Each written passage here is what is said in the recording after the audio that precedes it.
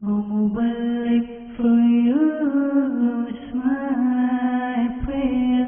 May you keep ascending success stair. O Mubarak, for you is my prayer. May you keep ascending success stair. Alhamdulillahi Rabbil Alameen, wassalatu wassalamu ala Sayyidil Mursaleen.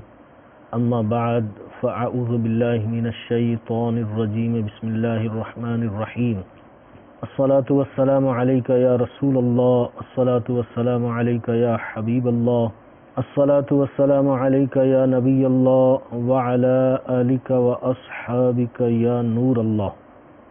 Our beloved Nabi sallallahu alayhi wa alihi wasallam has said that a person who sends one time durood or salutations upon me, Allah Azza wa Jal sends 10 mercies upon him. Sallu ala al-Habib sallallahu ta'ala ala Muhammad sallallahu alayhi wa sallam. Salatan wa salaman alayka ya Sayyidi ya Rasulallah wa ala alika wa ashabika ya Habib Allah. Dearest Islamic brothers and the viewers of Madani channel, Alhamdulillah Azza wa Jal, once again Allah subhanahu wa ta'ala has blessed us with the opportunity to participate in this beautiful silsila of Faizan Hadith, to learn few ahadith of our beloved Nabi sallallahu alayhi wa sallam. وعن أبي هريرة قال قال رسول الله صلى الله عليه وسلم قال الله تعالى كذبني ابن آدم ولم يكن له ذلك وشتمني ولم يكن له ذلك فأما تكذيبه إياي فقوله لن يعيدني كما بدأني وليس أول الخلق بأهون علي من إعادته وأما شتمه إياي فقوله اتخذ الله ولدا وأنا الأحد الصمد الذي لم ألد ولم أولد ولم يكن لي كفوا أحد. وفي رواية ابن عباس وأما شتمه إياي فقوله لي ولد وسبحاني أن أتخذ صاحبة أو ولدا. رواه البخاري. This hadith which I have recited is narrated by Imam Bukhari in Sahih al-Bukhari. The translation of Hadith Mubarakah is that Hazrat Abu Hurairah radiyallahu ta'ala reports that our beloved Nabi sallallahu alayhi wa sallam has said that Allah subhanahu wa ta'ala says, human being belies me, and this is not suitable for him. He swears at me and it is not right for him. His belying me is, he says that Allah will not be able to create me like the first time, whereas creating first time is not easy to create second time. That means first time is normally more difficult than to create second time. And his swearing at me is that he says that Allah subhanahu wa ta'ala has children and I am alone, I am carefree, I am not born from anyone and no one is born from me and no one is equal to me. And in the narration of Hazrat Sayyidina Ibn Abbas radiyallahu ta'ala anhu, it is mentioned that human being swears at me by saying that Allah subhanahu wa ta'ala has children, and Allah says I am free from having wife or child. This was the translation of Hadith Mubarakah which I have recited. Dearest Islamic brothers and the viewers of Madani channel, you have heard that in this Hadith Mubarakah Rasulullah sallallahu alayhi wa sallam says, قال الله, that Allah subhanahu wa ta'ala has said. So in any hadith in which Rasulullah sallallahu alayhi wa sallam says, Qala Allahu, Allah subhanahu wa ta'ala has said, that is hadith Qudsi. There is a difference between hadith Qudsi and Quran Kareem. Hadith Qudsi can be received in dream or in ilham. Ilham is spiritual inspiration. But Quran Majid has to be received in the wakeful state. So that's the one difference between Hadith Qudsi and Quran Majid. And secondly, as far as Quran Majid is concerned, the meanings, the message and the words both are from Allah subhanahu wa ta'ala. And in Hadith Qudsi, the message, the meaning is from Allah subhanahu wa ta'ala and the words are from Rasulullah sallallahu alaihi wasallam. Keep in mind that all the ahadith are on haqq, mean they are true. And as far as making amal or practicing upon ahadith is concerned, it is same like practicing upon Quran Kareem. Hazrat Sayyidina Abu Bakr Siddiq radiyallahu ta'ala anhu, based on Hadith Mubarakah, did not allow Rasulullah sallallahu alaihi wasallam's inheritance to be distributed. Whereas we know that distribution of inheritance is mentioned in Quran Kareem. But due to the Hadith, this hukm was cancelled for Rasulullah sallallahu alaihi wasallam, because Rasulullah sallallahu alaihi wasallam said that we the prophets don't leave wealth or worldly inheritance. Our inheritance is knowledge.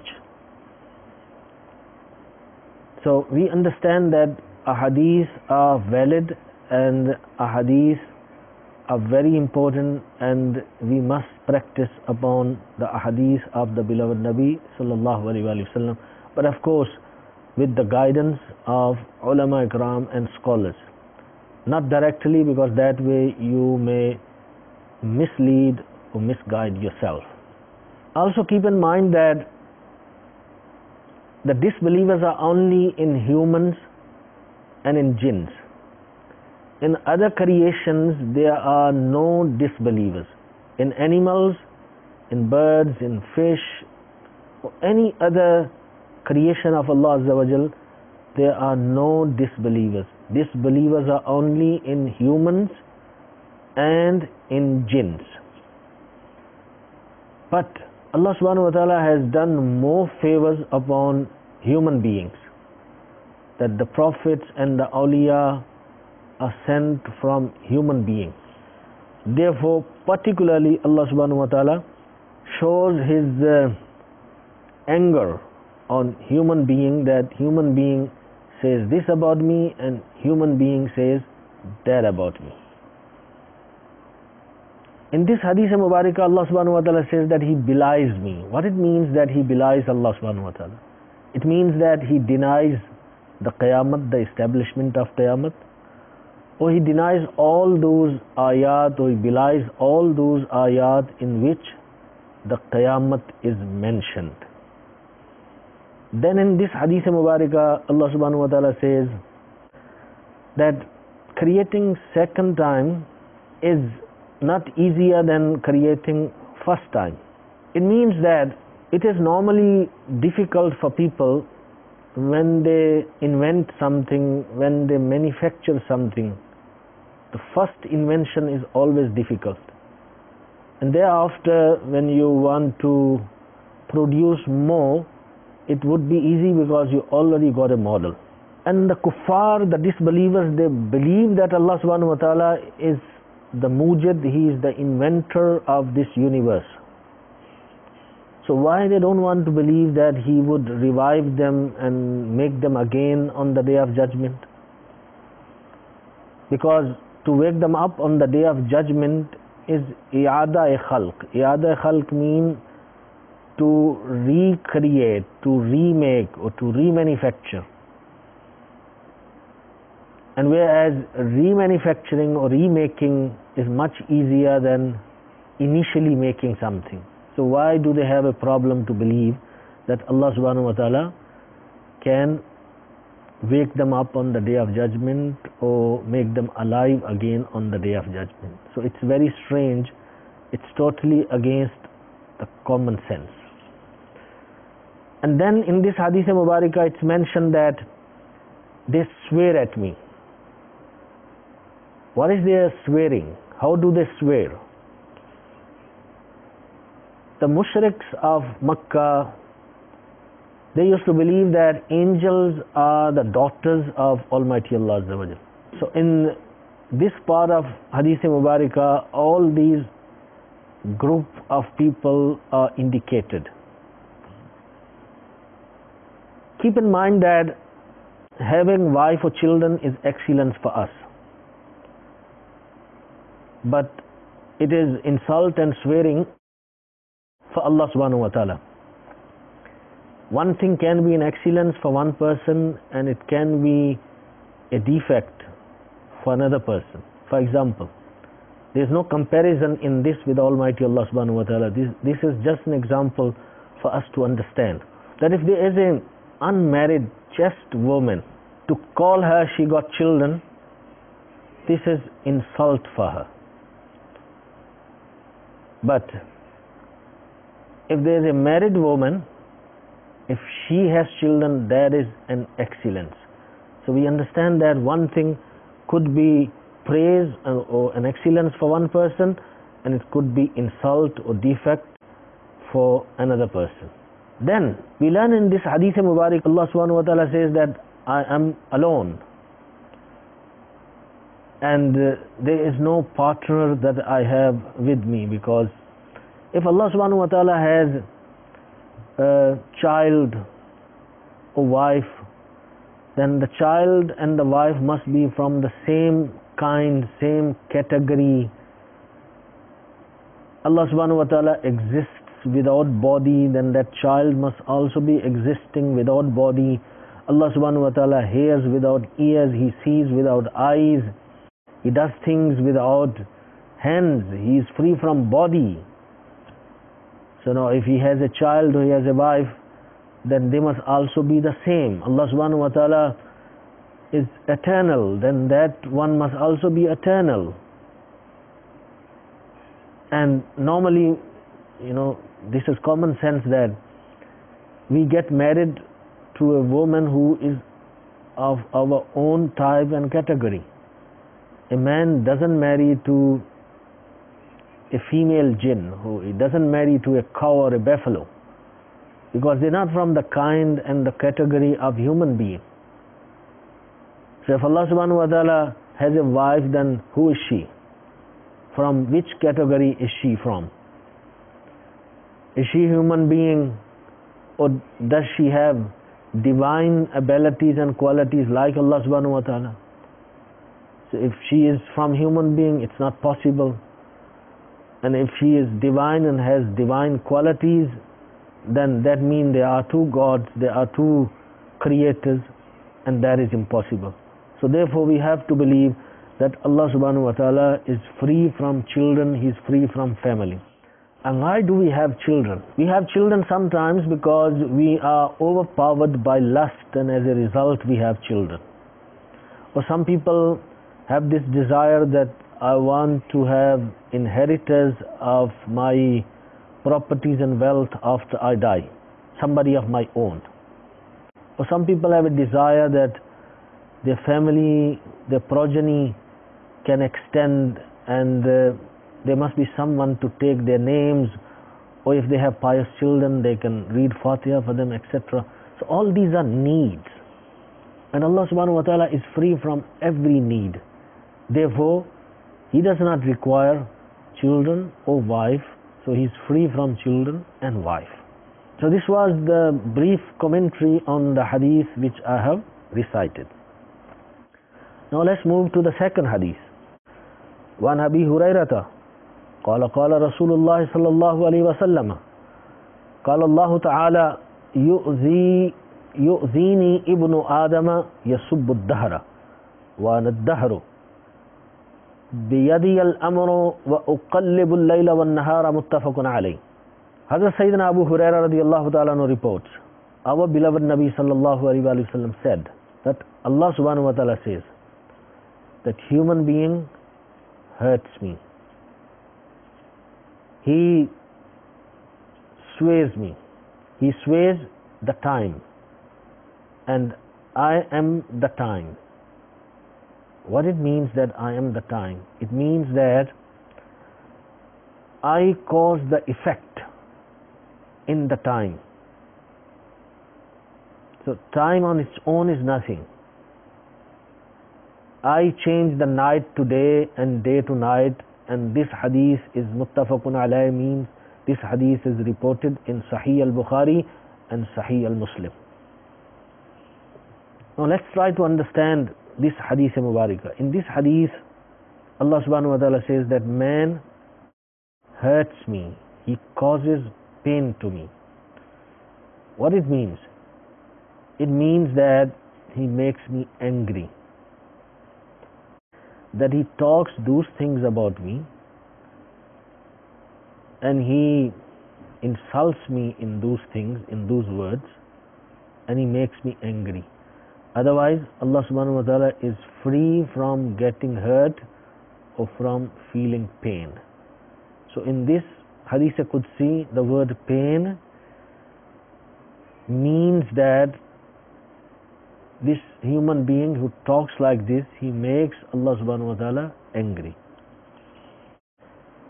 And what he says, "O time, you have oppressed me. You have killed my loved one so and so. You are zalim, you are oppressor."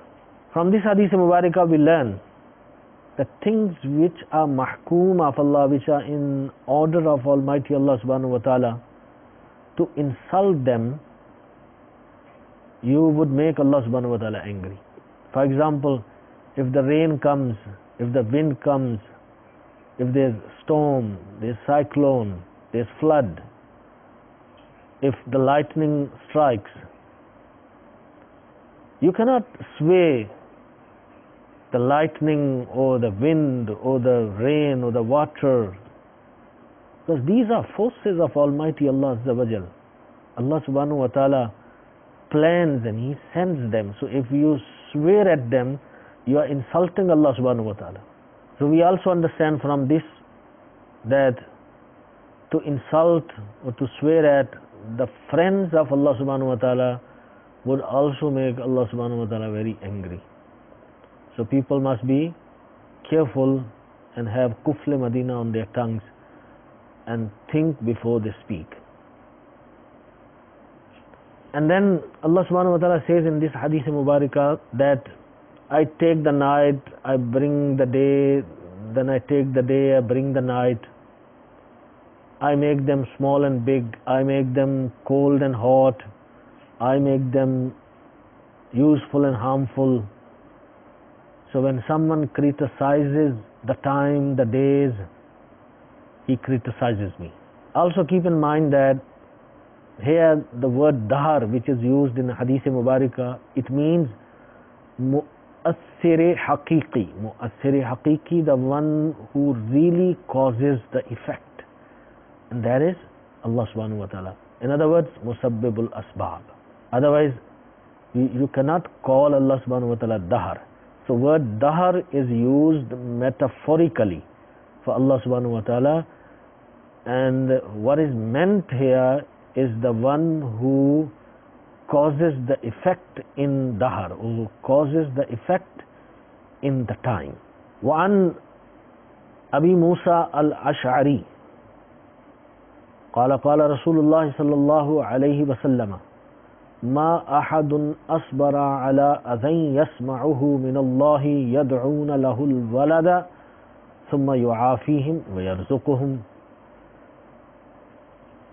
Hazrat Sayyidina Abu Musa Ash'ari radiallahu ta'ala reports that our beloved Nabi sallallahu alayhi wa sallam has said that there is no one who is more patient than Allah subhanahu wa ta'ala on the hurtful words. Because people claim about Allah subhanahu wa ta'ala that He has children, and Allah subhanahu wa ta'ala still gives them, provides them peace and sustenance.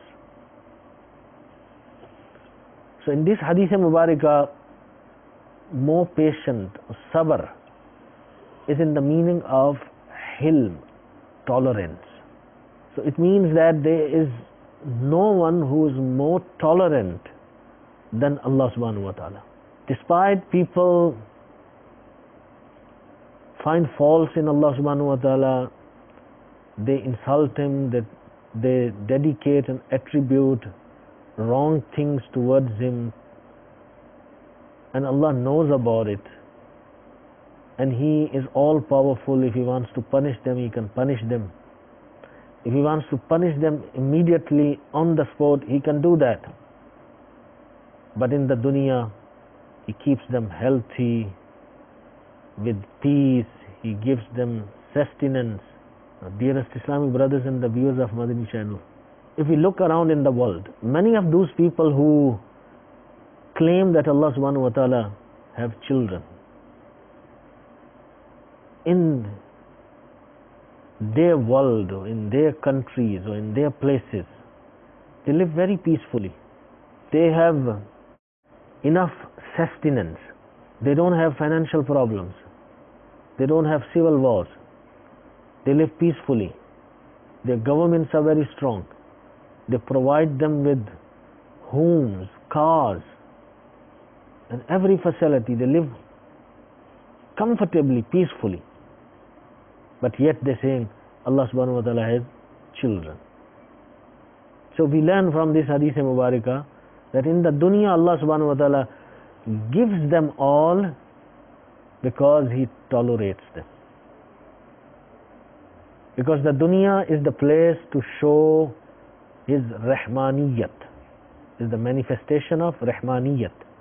Rahman is the attribute of Allah subhanahu wa ta'ala, and this means that He shows mercy to Muslims and to the non-Muslims. But after death, there is no peace for them. After death, there is no sustenance for the disbelievers.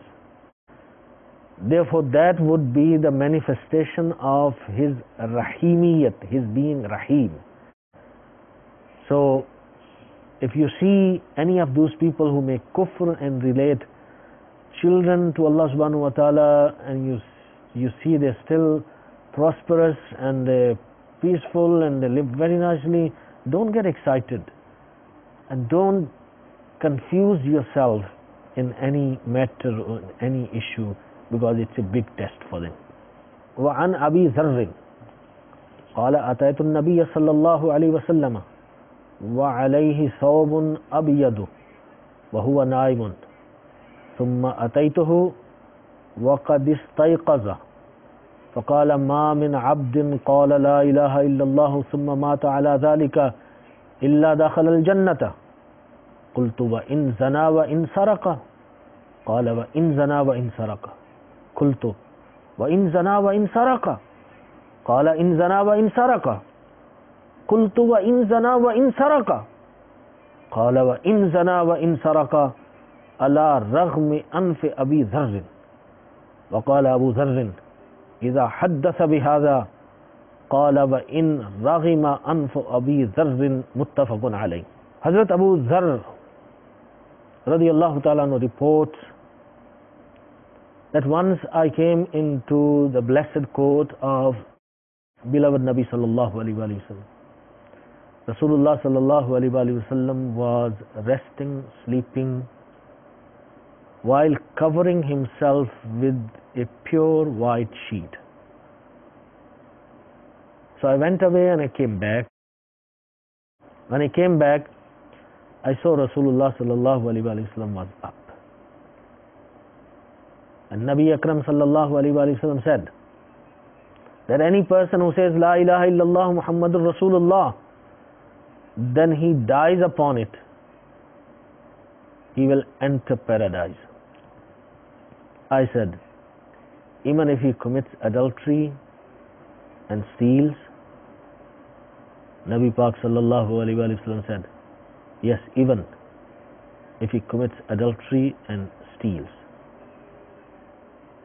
I said, even if he commits adultery and steals, Nabi Pak sallallahu alaihi wasallam said, yes, even if he commits adultery and steals.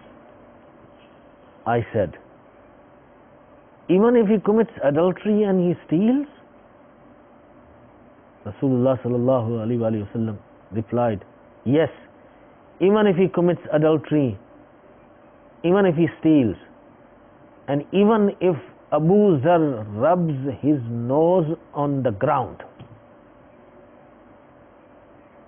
So Hazrat Sayyidina Abu Zar radiyallahu ta'ala anhu, whenever he used to tell this hadith or report this hadith, he used to say, even if Abu Zar rubs his nose on the ground.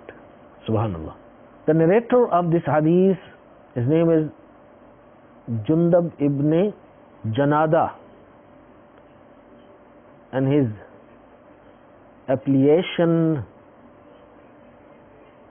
is Abu Zar. That's kunyat. Kunyat is like a nickname or pet name, because the kunyat doesn't exist in English or in English culture, therefore it's very difficult to find an equivalent word for kunyat. He was from tribe of Bani Ghifar. He is the 5th Muslim. Alhamdulillah. He came to Makkatul Mukarramah and he became Muslim. Then on the order of Rasulullah sallallahu alaihi wasallam, he went back to his nation to teach them about Islam.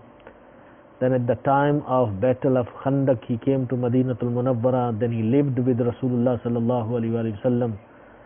Then he went away to Rabza, another place, and he stayed there. And in the time of the Khilafat of Sayyidina Usman Ghani radiyallahu ta'ala anhu, he passed away. He was a very holy person. He had no attachment with the worldly comforts or money or wealth. He was hard-working worshipper, and he was totally against collecting wealth. He was a great worshipper even before he came into the fold of Islam. In this hadith Mubarakah we learn Rasulullah sallallahu alaihi wasallam has said, the one who said La ilaha illallah, he would enter paradise. What it means? Does it mean that one can just say La ilaha illallah and he will enter paradise? The meaning of La ilaha illallah is that he confirms and endorses all the aqaid of Islam, all the beliefs of Islam. This is a short form of giving the message to endorse all the aqaid of Islam. For example, sometimes we say, reading Alhamdulillah is wajib in namaz. This does not mean that you should only read Alhamdulillah and stop here, and you don't read Rabbil Alameen, Ar-Rahman Ar-Rahim, Maliki Yawmiddin. No, it means when we say read Alhamdulillah or reading Alhamdulillah is wajib, it means reading Surah Fatiha is wajib. Reading the whole surah is wajib. So similarly, sometimes just kalima is mentioned, but the whole Islam is meant, or all the aqaid of Islam are meant. So one should not have any misunderstanding here that we can just read kalima and then do whatever we want to do and believe whatever we want to believe. We are going to paradise. Now, he will enter paradise. How will he enter paradise? Maybe straight away without being punished, or maybe enter hell for a while and get the punishment, and then he is cleared up with the water of intercession, and then he is put back into Jannat. Must remember that Jannat is made for the believers and Jahannam is made for the disbelievers. So the believer would never stay in Jahannam permanently. So if he goes, he is going to get his punishment and then he will be put back to Jannah. Now, when Hazrat Abu Zar said that even if he commits adultery, even if he steals, and Rasulullah sallallahu alaihi wasallam said yes, what it means? It means that as long as he believes that these are sins, then his iman would still be intact. Only time person loses his iman when he does not regard a sin as a sin. So as long as he keeps in his belief system that committing adultery is sin and stealing is sin, he would still be a believer. So we learn few maslas, that with major sin, guna kabira, person does not go out of the fold of Islam. Second masla we learned that because of guna kabira or big sin, the good deeds are not vanished or wiped away, as it happens in the case of kufr, when person commits a kufr. The third issue we learn here, that the person who dies on iman, he is certainly a Jannati, whether he goes straight away to Jannat or after a while. Why Hazrat Abu Zar radiallahu ta'ala was asking over and over, even if he commits adultery, even if he steals, he was amazed actually. That's why he was saying, even if he does this, even if he does that. Because in his understanding, these are major sins, and that person becomes filthy.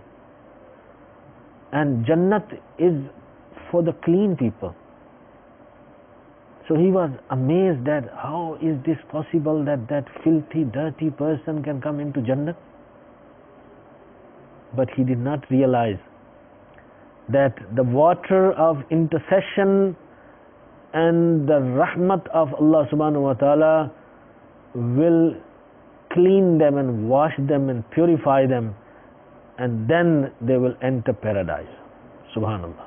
At the end of hadith, it's mentioned that even if Abu Zar rubs his nose on the ground, this type of phrase is used when a person doesn't like something and he feels, why is this happening? It shouldn't have been happening. So this was the feeling of Hazrat Abu Zar Ghafari, that a person who's committing adultery and he steals, he still will go to Jannat if he says La ilaha illallah Muhammadur Rasulullah. This shouldn't be happening. So Rasulullah sallallahu alaihi wasallam said that even if Abu Zar goes and rubs his nose in the ground, it's not going to change anything. This is the law and you have to believe in it. Subhanallah. وعن عبادة بن الصامت قال قال رسول الله صلى الله عليه وسلم من شهد أن لا إله إلا الله وحده لا شريك له وأن محمدا عبده ورسوله وأن عيسى عبد الله ورسوله وكلمته ألقاها إلى مريم وروح منه والجنة والنار حق أدخله الله الجنة على ما كان من العمل متفق عليه. Hazrat Sayyidina Ubadah ibn Samit radiallahu ta'ala reports that our beloved Nabi sallallahu alayhi wa sallam has said that the one who bears evidence that there is no worthy of worship except Allah, and he has no partner, and Muhammad sallallahu alayhi wa sallam is the bondsman and messenger of Allah. Isa alayhi salam is a bondsman of Allah. He is the Rasul of Allah. He is the son of slave lady of Allah. He is the word of Allah which was casted into Maryam, and he is a soul from Allah. Jannat and Jahannam are haq, mean they're true, they are there, and Allah subhanahu wa ta'ala will enter people into paradise according to their deeds. Subhanallah. In this hadith Mubarakah we learn that this is Iman, and Rasulullah sallallahu alaihi wasallam says the one who said, La ilaha illallah, ashhadu an la ilaha illallah, wahdahu la sharika la, wa anna Muhammad Rabb. Some people think that, okay, Rasulullah sallallahu alaihi wasallam also has to believe the same what we have to believe. So what's the difference between us and him? So what if we say he's like us or we are like him? So here, let's put one thing straight before we move forward. That Rasulullah sallallahu alaihi wasallam is the highest amongst the bondsmen of Allah subhanahu wa ta'ala. He is the most excellent amongst the messengers of Almighty Allah subhanahu wa ta'ala. So his bandagi, his being the bondsman of Allah subhanahu wa ta'ala and our being the bondsman of Allah subhanahu wa ta'ala is different, and the difference is more than the distance of earth and skies. We are proud that Allah is our Lord, and the Dast-e Qudrat, the powerful hand of Allah subhanahu wa ta'ala is proud that Muhammad sallallahu alaihi wasallam is his messenger. Therefore Allah subhanahu wa ta'ala says, huwa alladhi arsala rasulahu bil huda. Allah subhanahu wa ta'ala introduces himself via his beloved Nabi sallallahu alaihi wasallam, that Allah is the one who has sent his Rasul with guidance. Everybody wants that Allah to be pleased with them, and Allah subhanahu wa ta'ala wants Mustafa sallallahu alaihi wasallam to be pleased with him. Therefore he says in Quran Kareem, وَلَا سَوْفَ يُعْتِيكَ رَبُّكَ فَتَرْضَى. Allah subhanahu wa ta'ala will grant you so much, Allah will give you soon so much that you will be pleased, O beloved. That's why Ala Hazrat Sayyidi Imam Ahle Sunnat radiyallahu ta'ala anhu says, खुदा की रजा चाहते हैं दो आलम और खुदा चाहता है रज़ाए मोहम्मद सल्लल्लाहु ताला अला Muhammad. All of us, we sit in the boat of Islam, or in the ship of Islam, to go on the other side, and Muhammad Mustafa sallallahu alaihi wasallam sits in this boat as a captain to take us on the other side towards Almighty Allah Azza wa Jal. Alhamdulillah, these were the few beautiful ahadith which we read, and we learnt few beautiful masail from these ahadith mubarakah. Inshallah Azza wa Jal, something very important I could not explain, but in the next silsila I would do that, inshallah Azza wa Jal, and that is to explain what it means to say Hazrat Isa alayhi salam is Kalimatullah and he is Ruhullah.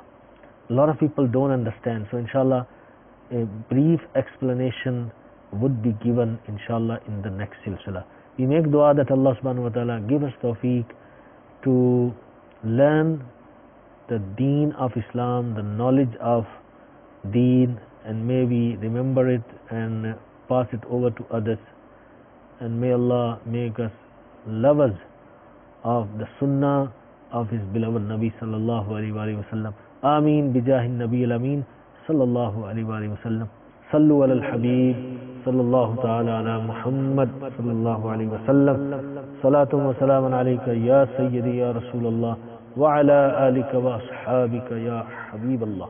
O Mubarak, for you is my prayer. May you keep ascending success. Say, O Mubarak, for you is my prayer. May you keep ascending